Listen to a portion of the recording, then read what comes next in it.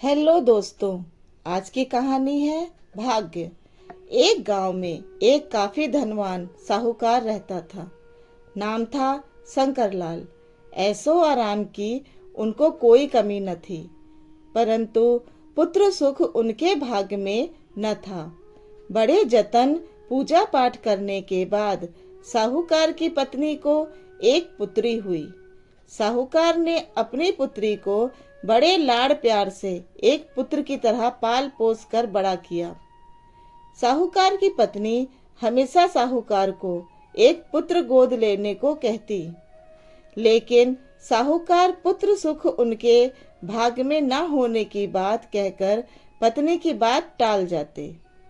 जब साहूकार की बेटी शादी योग्य हुई, तब तय समय पर शुभ मुहूर्त देखकर साहूकार ने अपनी बेटी की शादी धनवान व्यक्ति से कर दी।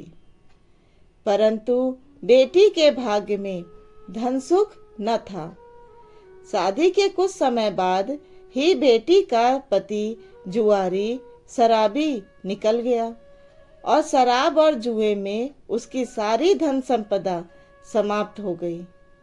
बेटी को इस तरह दुखी देखकर साहूकार की पत्नी भी दुखी होती।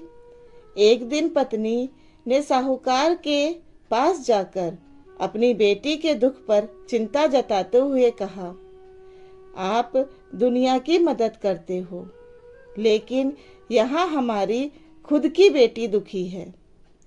आप उसकी मदद क्यों नहीं करते?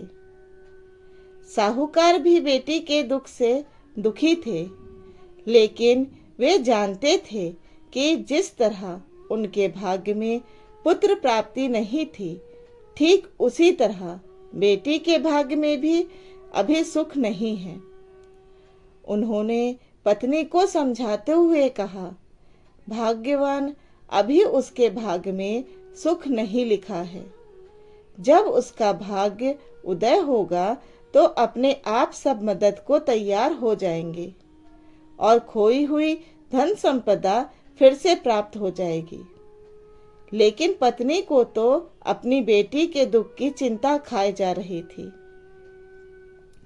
एक दिन साहूकार किसी काम से दूसरे शहर गए हुए थे।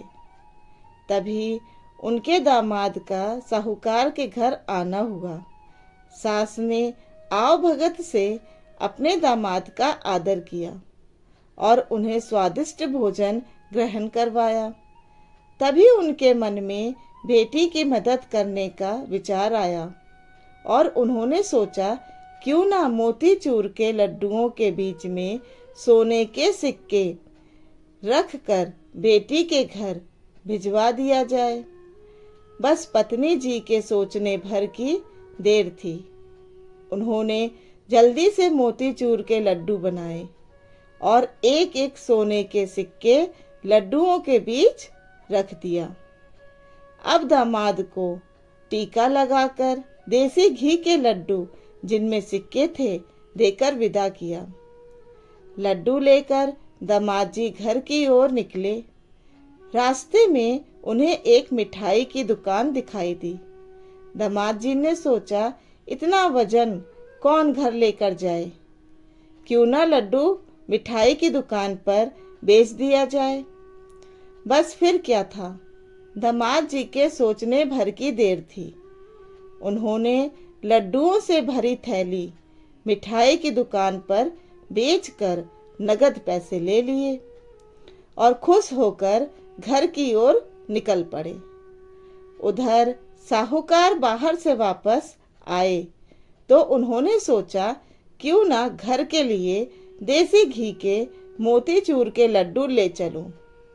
आगे जाकर साहूकार ने दुकानदार से लड्डू मांगे। दुकानदार ने लड्डुओं की वही थैली साहूकार जी को दे दी, जो उनके दामाद कुछ ही देर पहले दुकानदार को बेचकर गए थे। लड्डू लेकर साहूकार घर आए और लड्डुओं की थैली पत्नी को दे दी।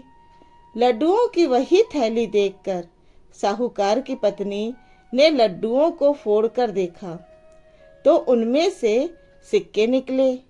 यह देख पत्नी ने माथा पकड़ लिया और बेटी की मदद करने के लिए दामाद जी को लड्डुओं में सिक्के छुपा कर देने की बात साहूकार को बताई। पत्नी की बात सुनकर साहूकार ने कहा, भाग्यवान, मैं ना कहता था कि अभी धन सुख उनके भाग्य में नहीं है, इसीलिए तुम्हारी दिए गए सिक्के फिर से घूम फिर कर तुम्हारे पास ही आ गए। साहूकार बोले, इसलिए कहते हैं भाग्य से बड़ा कोई नहीं, जो इंसान के भाग्य में लिखा होता है उसे वही नसीब होता है। धन्यवाद। अगर आपको मेरी कहानियाँ अच्छी लगती हैं तो प्लीज़ इसे लाइक करिए और मेरे चैनल को सब्सक्राइब करिए, मेरी कहानियों को शेयर करिए। Thank you.